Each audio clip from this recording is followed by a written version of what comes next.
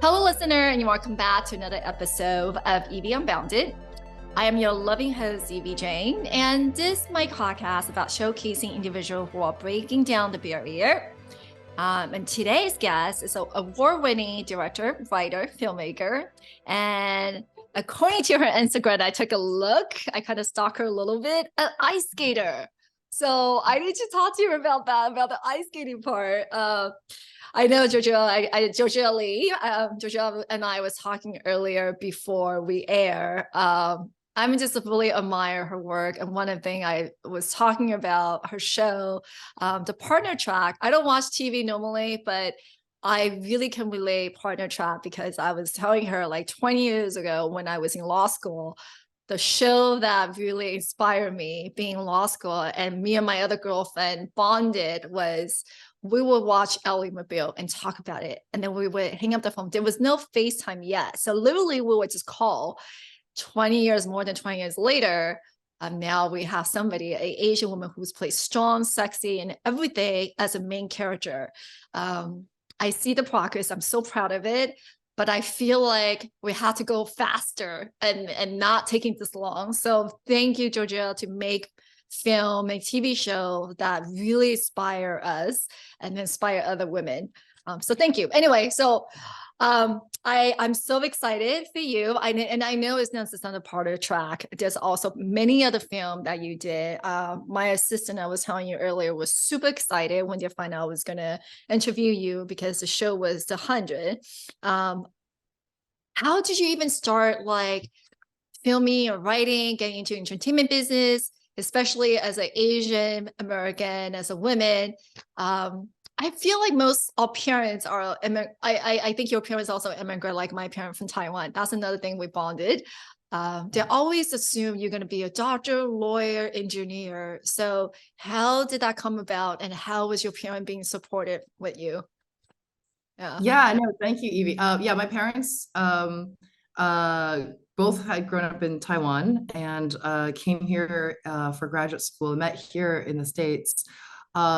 And they were immigrants, and so they didn't have a lot of resources, and they're really starting fresh in a new country with new language. So safety and security and financial Nice. security is very important. And so, myself and my two younger sisters were born here and kind of caught between American values and, Asian values. We pretty much thought our options were to become a scientist. My father is a biochemist, Oh, to wow. be a scientist, or a doctor, or maybe if we're, a little adventurous, a lawyer. But definitely not in entertainment, definitely not a Hollywood creative artist person. That felt as crazy as running away and joining the circus kind of thing. And so I yeah, get and it. so I Yeah. right? And so Yeah. now as I'm older, I understand the perspective my parents have had or still maybe have a little bit. And You made it. yeah. Don't worry. I hope my dad is actually okay with it. But so yeah, I just always was torn between wanting to please my parents and honestly wanting to do what was safer and feeling safe versus doing what felt natural and what my soul wanted to do, which is just tell Oh, stories. And yeah, and I'm sure a lot of people out there feel that tension between wanting to fulfill the expectations and make the people you love happy, and then also just trying to do the thing that makes you happy, right? And so it took me a long time going back and forth between that traditional route. I went to New York and worked in business for a while. I went to business school. I went in and out of business school for a while. oh, wow. Yeah, constantly though, trying to write and direct little films, television shows. And it took me a very, very long time to finally have the courage to say, like, you know what? You have one life. You should do what you love.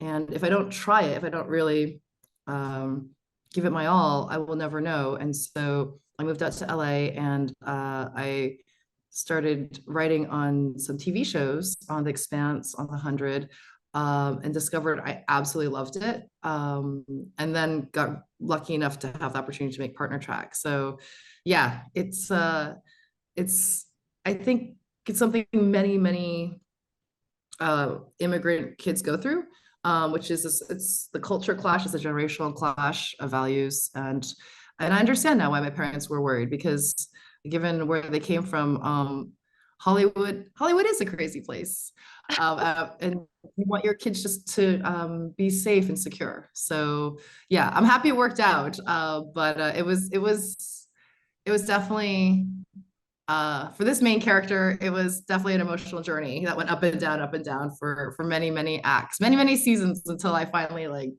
emerged making the right choice, which is always to do what your heart wants. And that's what I was gonna say, because the word that you use, like my soul was calling. When did you feel the first time you felt your soul was calling you for that? That is such a good question. You know, I don't know that anybody's ever asked me that question. That's a great question. When was the first time? You know, I feel like it must be when I was a little kid at some point, when you go to a movie theater, right? And it's that huge screen and it's the music and it's I don't even remember which film it must have been. You know, my parents took me to see a lot of things like E.T. and even the animated films, and that sweeping sense of being transported somewhere and then just feeling completely immersed in a world. And I think that's one of the reasons why I also feel storytelling is so compelling, is that you you fall in love with the character, the main character, and you want for that character to succeed in whatever it is that they're doing. And there is a great power of empathy that happens. And I think one of the things you and I talk about is, well, what do those main characters look like? Mhm. A lot of the times in the past, they did not look like us. They were often male and, not usually a person of color. And how powerful it is when you create a main character that looks different than what we're used to, and you create that empathy with this character who, if written well, is multidimensional, is a full human being. And subconsciously, you create the empathy between the audience and the main character. I think that's very powerful for helping everyone understand each other better, who may have had different experiences. And this is a little cheesy, but I forgot which Buddhist wise person said, love is understanding. And Mhm. if we can create more understanding in the world, then I think we're heading in the right direction. That was a very long answer to No, but the interesting is, I don't know if the audience watched this video, when you were describing your first soul calling, it was like when I was little, my parents would take me to go see a movie. Your eyes sparkle, Oh, interesting. literally. So it's like, and when you were explaining to me how it's like bringing to this visualization, I feel it and I can see it. So I can see why it is your soul calling, because you really loved it. And but in having a movie and building character like me and you, I think is amazing, because like I was saying earlier, I love Ally McBeal. When Lucy Liu, the Asian woman female attorney, was on it, we all watching that show because we feel like we can relate. And then Right. having you to do partner track, having another Asian woman who's strong, who's the main character, and it's almost like someone we can look up to, identify. So, and that was like, thank you so much, because we need more of that. And then for younger generation, the younger Asian American woman, they can at least have someone to look up to and say, oh, I can identify to that, or I can relate to that, or I can be her. She looks just like me. So that's amazing. Thank you.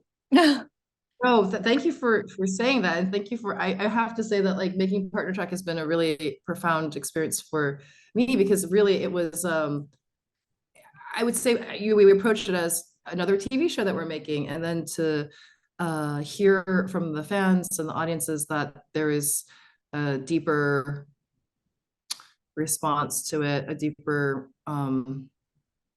more meaningful. Well, the best way to describe it is one of the I'm very bad at social media, but one of the things that I did see that really I was profoundly moved by was this one mother took the poster of Partner Track. I don't know if you saw this, which is, Arden Cho Yeah. looking gorgeous in her pink suit, walking amongst a whole group of men in blue suits. And the mother took a picture of her, I think her daughter, I don't know if she's like 9 or 10 years old, who's this young Asian girl in a little pink suit walking forward, and she comped it into it. Oh, uh-huh. And it was just amazing because it said everything. It says everything what that you're, Yeah. something, if you see it, you can be it.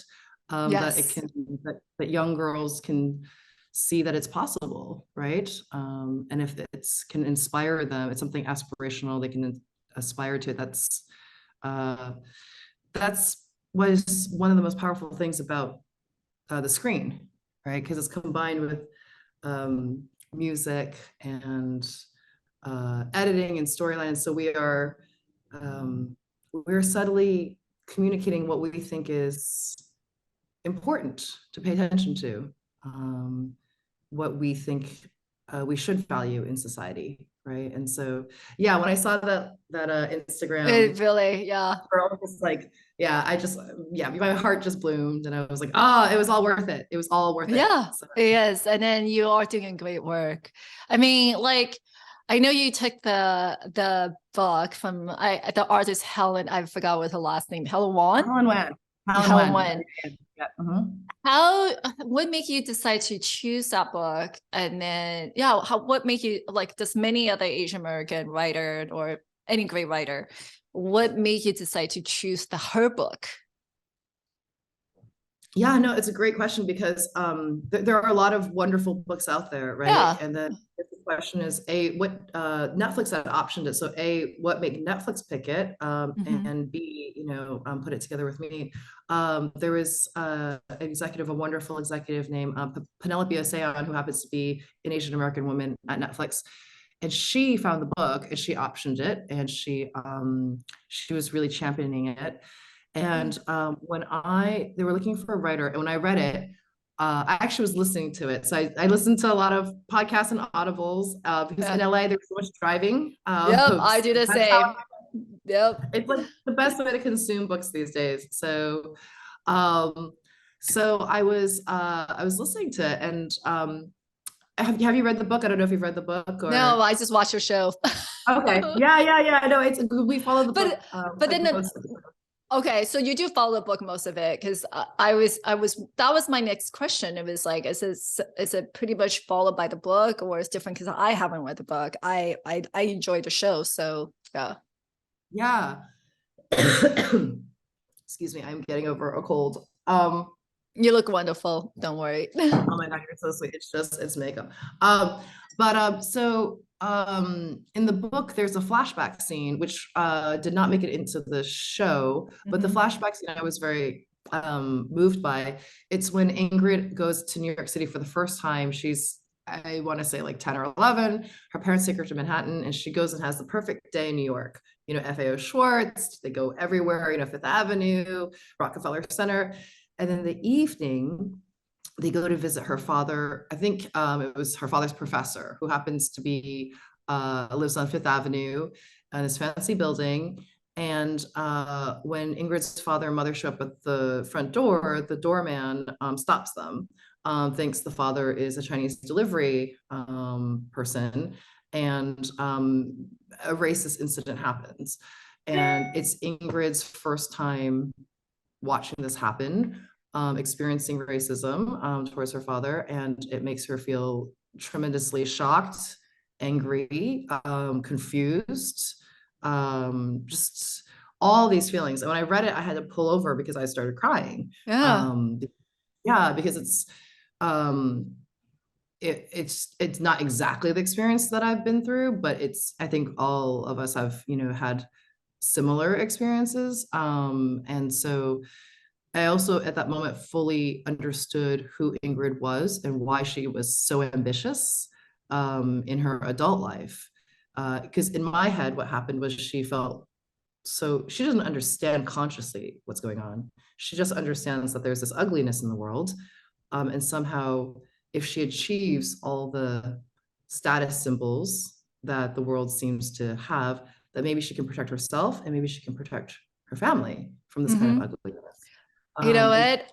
I'm glad you bring this the flashback, which is in the book, not in the show, because I can really relate to that. Because I think a lot of, well, at least for me, I don't want to speak for other. As a child of the immigrant family, that's what I experienced, and that was the reason why we become lawyer, doctor, and so on. We're like overachiever, is because we experienced that, we felt that, we didn't really understand what it is exactly when we were little, but we just know that we had to be strong, or we had to achieve more so that we'd be okay, we'd be safe, and our family be safe, and we don't have to experience that again. So yeah. exactly, exactly. And that is the story she's telling herself.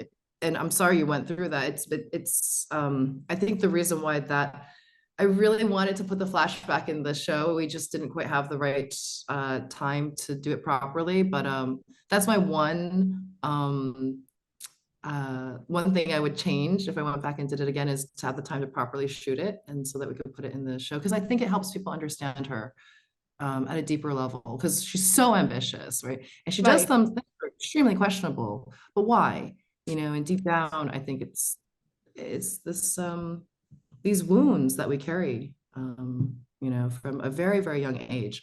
And so, yeah, Understanding what you were saying, that you were trying to tell me earlier, that you don't know which monk or Buddhism say that love is understanding, right? So yeah, that would be right.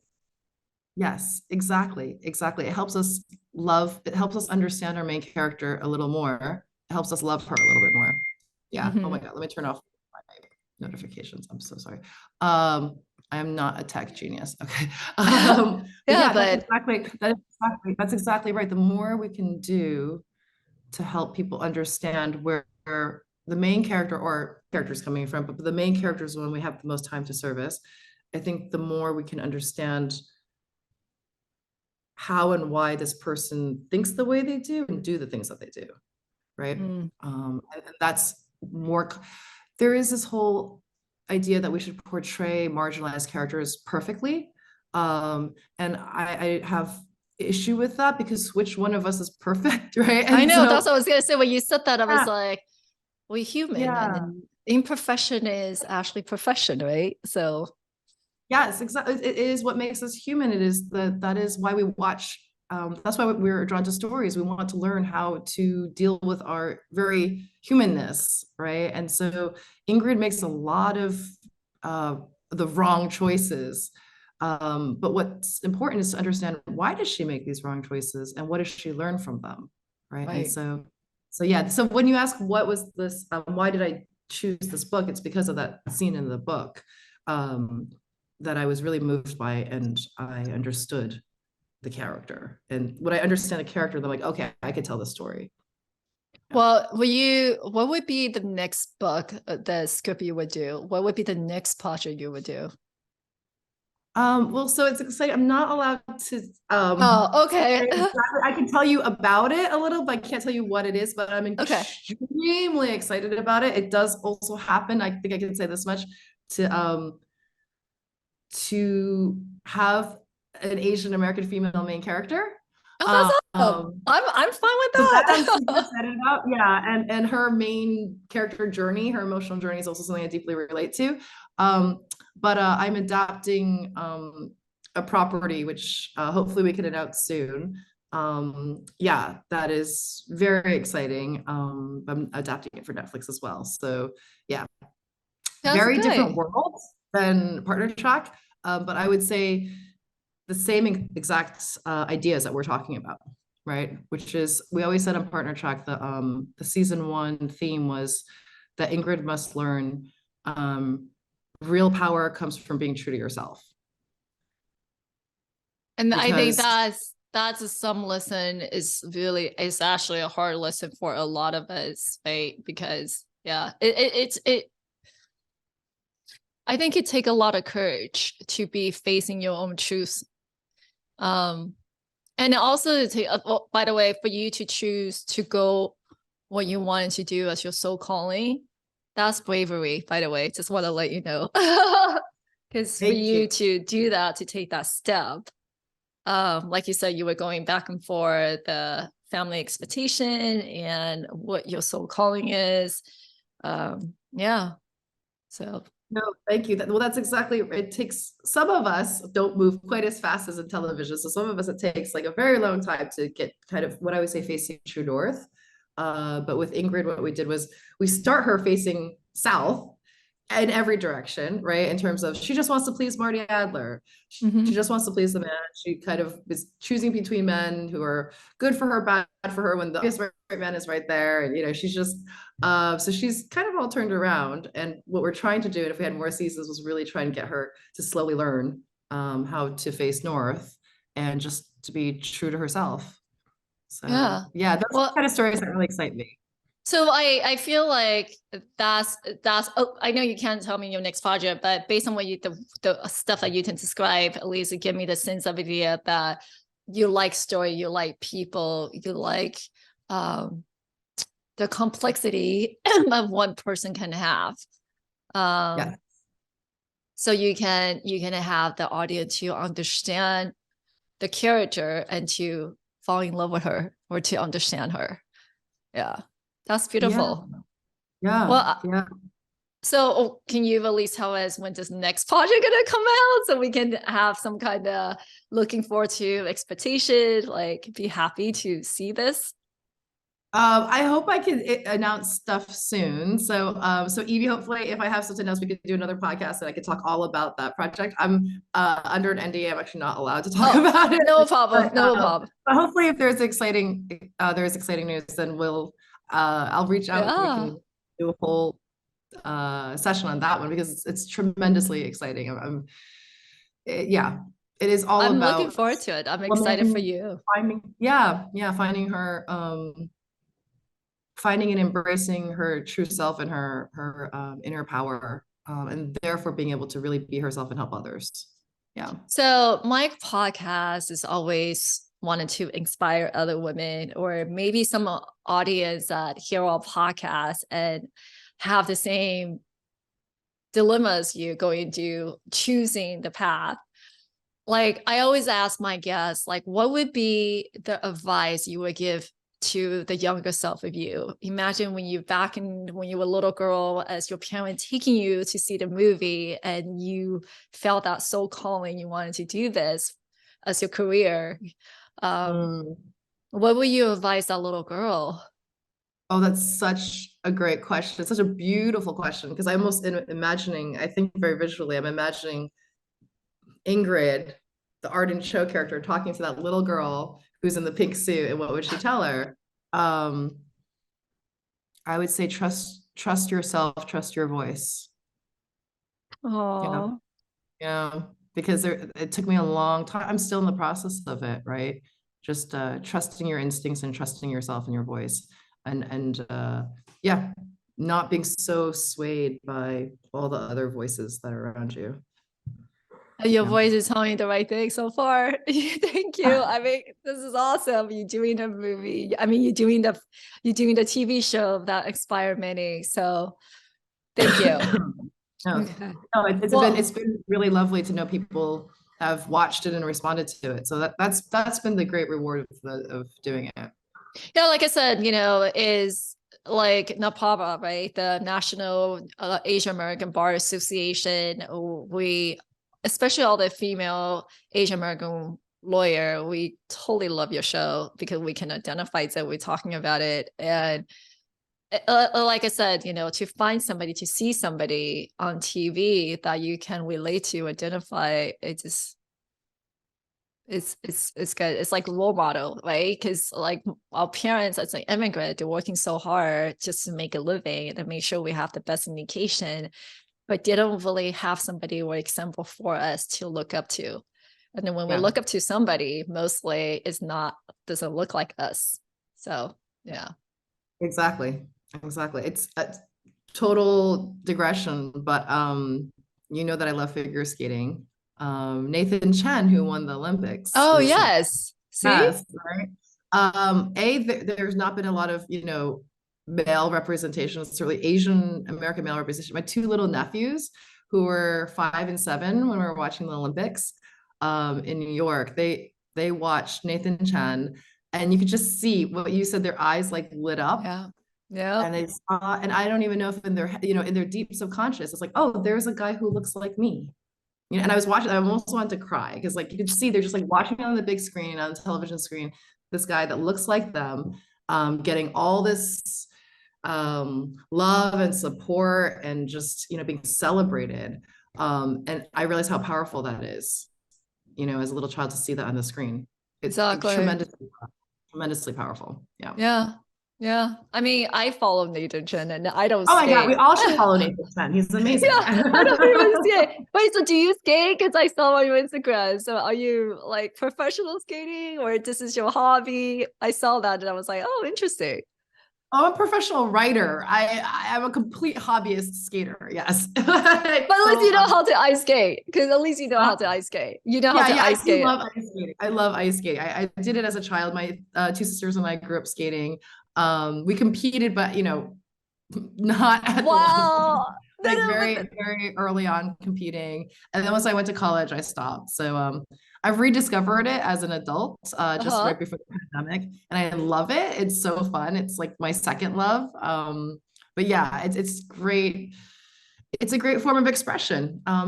It can be storytelling as well. It's a form of expressing with your body, I guess. So yeah.